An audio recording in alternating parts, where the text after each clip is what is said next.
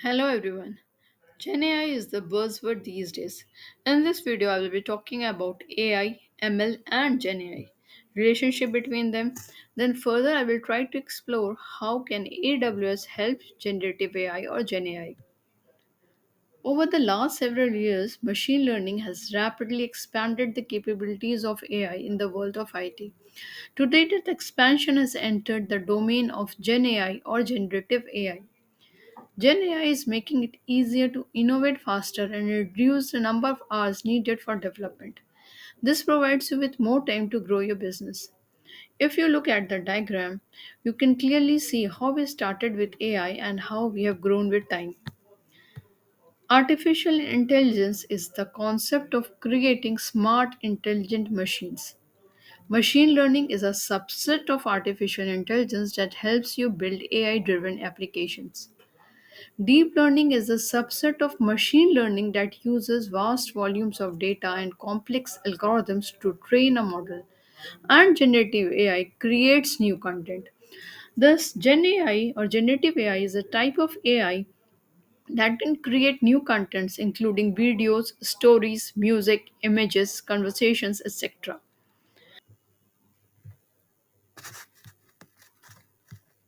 Before we move ahead with our discussion on GenAI, I would love to take a pause here to tell you that I have already created a video before on machine learning and its type with examples in detail.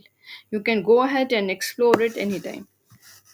So, Tom McHale defines machine learning as a computer program set to learn from experience E with respect to some class of task T and performance measure P if its performance at task in T as measured by P improves with experience E. For instance, suppose you have an email program that learns and filters which email is a spam and which is not a spam, and based upon learning better filters spam. Here, T or the task equals classifying emails as spam or not spam. E equals watching you label emails as spam or not spam, and P or performance equals to number or fraction of email correctly classified. When we talk of ML type or machine learning type, supervised learning requires labeled data set for training. Unsupervised learning identifies hidden data patterns from an unlabeled data set, whereas reinforcement learning does not require any data as it learns by interacting with the environment. Coming to online learning is quite unlike your batch learning, which is done incrementally.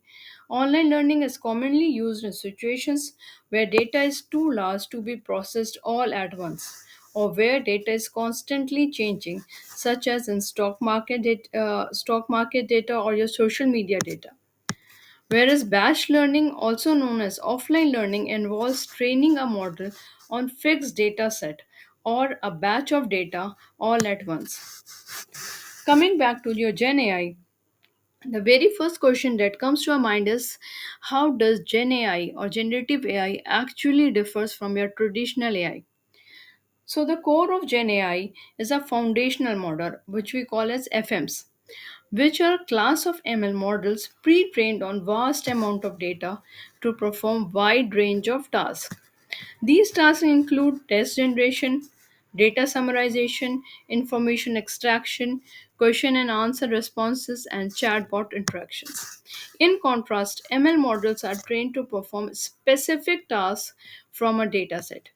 GenAI's foundational models accept statement as prompt as input, make inferences, and finally return an output. For instance, you have Amazon Code Whisperer, which uses GenAI to make inferences and generate code as output. If we compare traditional and foundational model, so in short, what we can say is traditional models perform tasks based on data that we provide, whereas GenAI models are pre-trained on vast amount of general domain data. Again, traditional ML models can perform only one task, whereas GenAI models can perform multiple tasks. Traditional models need to be carefully trained on the data you provide, whereas your GenAI models can actually generate content. The generative AI ka jo GenAI, what we say, is from this generation only. Moving ahead, the other thing that comes to our mind is what are the different types of foundational models? Coming to types of foundational models, we have basically three types of foundational models: text, text to embeddings, and multimodals. Text to text foundational models are built for NLPs or natural language processing tasks that are developed by ML research community, startups, and established companies. Many organizations have had a chance to experiment with generative large language models, what you call in short LLMs, that can do things like summarizing the text, extracting information, responding to questions, and creating contents. These models take a user's input text and extend it with new generated text. For instance, sentence auto completion. Suppose you are inputting something like summarize the articles on impact of walking on heart health. FN action will be generate the text from the NLP prompts, and you can get output something similar to like 10,000 steps per day is optimum for maintaining a healthy heart. This is an example of text to text type of FMs. Coming to text to embeddings, text to embedding functional model are another type of LLMs that can compare piece of text like input, like what a user types into search bar with index data and makes a connection between the two. Amazon's product search uses these types of LLMs to compare users' tasks with catalog data and present the user with more accurate relevant search. For instance, you can have something like if you are inputting in hand soap, FM action will be to generate numerical representation of the text, and you might get an output something similar to hand soap refills, hand soap dispensers, hand soap antibacterial soaps, and so on. Coming to your multimodal functional models can understand and generate different formats such as text and images. These types of functional models or FMs can generate images based on NLP prompt. An example of this is a stable diffusion. For example, you are inputting a photo of an astronaut riding a horse on a Mars. FN model action could be create and edit image using NLP prompts, and you can get output something as similar as shown on the screen. Thus, we can see that we can use generative AI to enhance customer experience, boost employee productivity, optimize processes, enhance creativity, and even create or generate contents.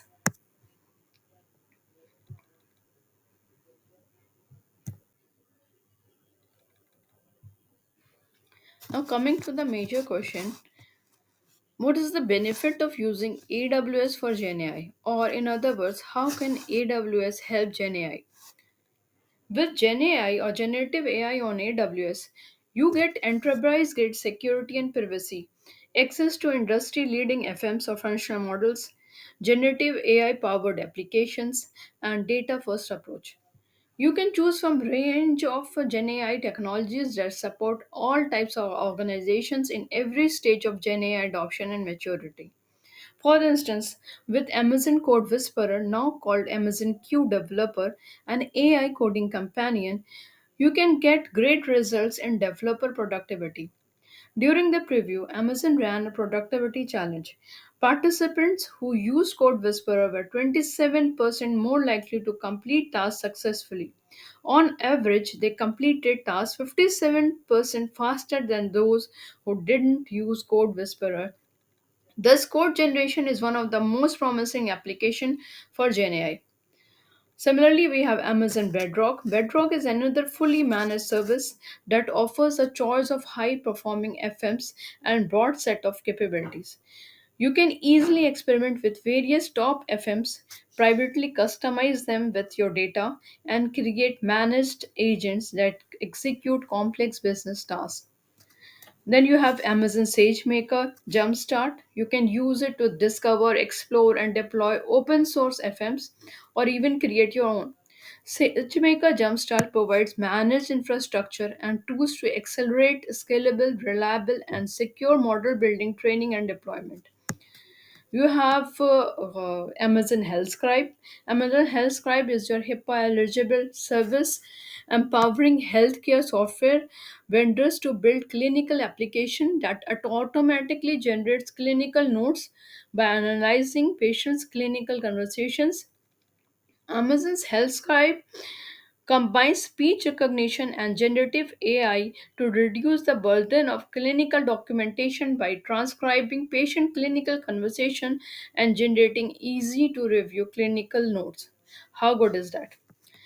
Similarly, we have Amazon Q in QuickSight, which helps business analysts create easily and customize visuals using NLP commands.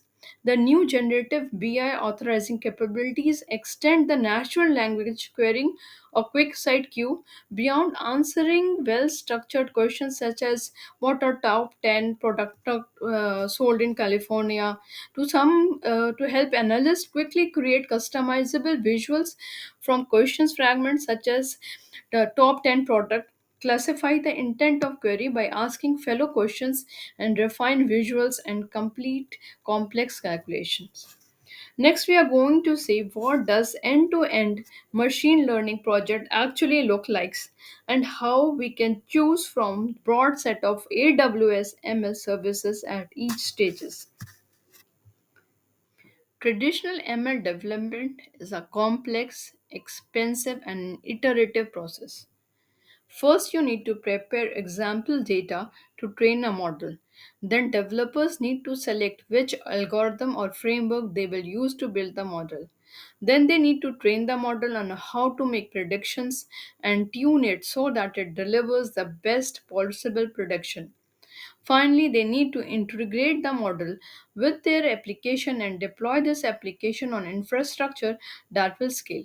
It generally has following steps. First, frame the problem and look at a bigger picture. Second, get the data. Next, explore the data. Then, prepare the data for ML algorithms.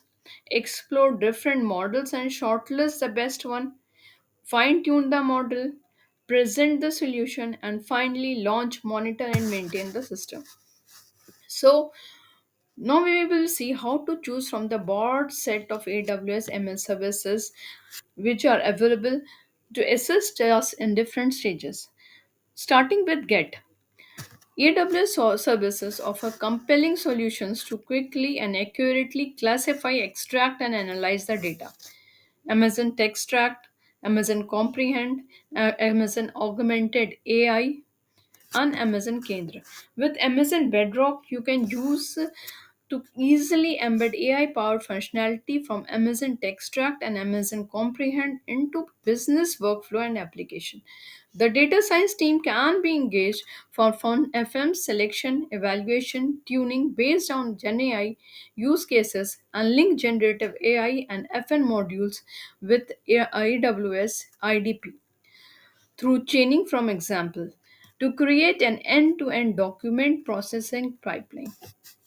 Coming to prepare the pre-processing data, you typically fetch the data in repository, clean the data by filtering and modifying your data so that it is easier to explore, prepare or transform the data into meaningful data set by filtering out the parts you don't want or you don't need and labeling the data. In this section, Amazon SageMaker Ground Truth automates labeling by training ground truth from data labeled by humans so that service learns to label data independently.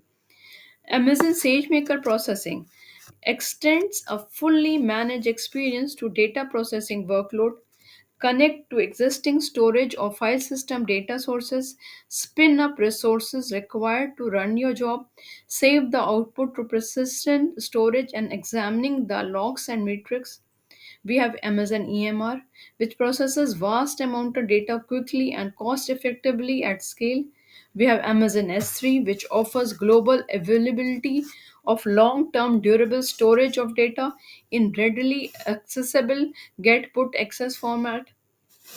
Coming to build section, once you have training data available, you need to choose a machine learning algorithm with learning style that meets your need. These algorithms can be broadly classified as supervised learning, unsupervised learning, or reinforcement learning. We have already talked about.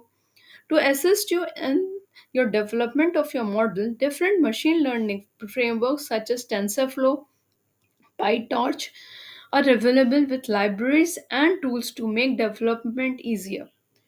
We have Amazon SageMaker.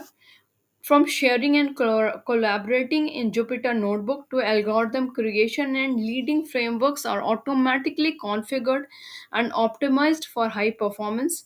You don't need to manually set up frameworks and you can use them within the built in containers.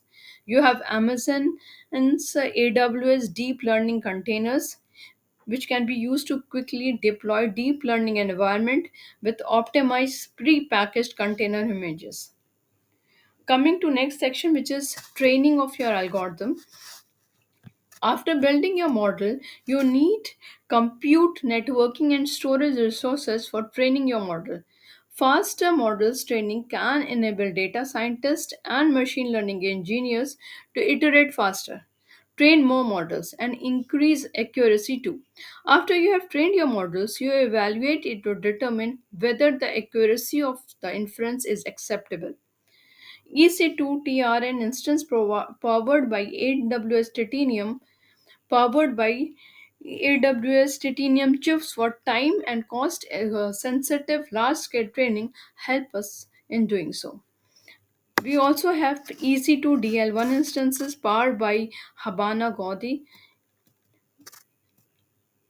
They can be used to set up Gaudi 8 accelerators and deliver up to 40% better price performance than your current GPU based EC2 instance for training deep learning models.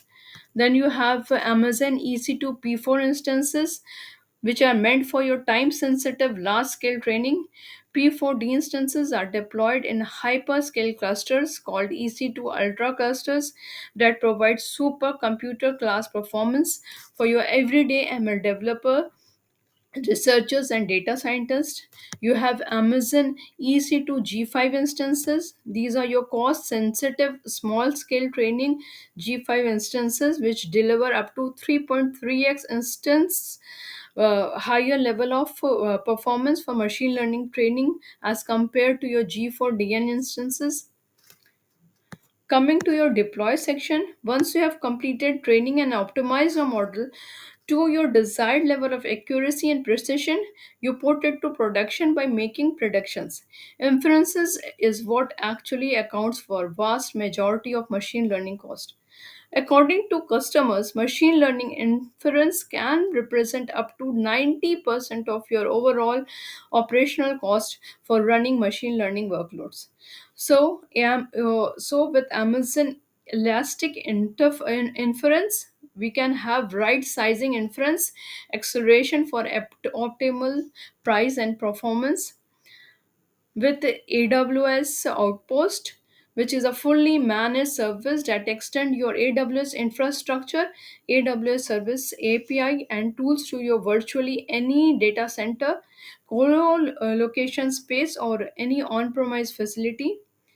We can make use of AWS CloudFormation, which allows you to use programming language or simple text file to model and provision in an automated and a secure manner all the resources needed for your application across region and account. Finally, we can also make use of your AWS auto scaling.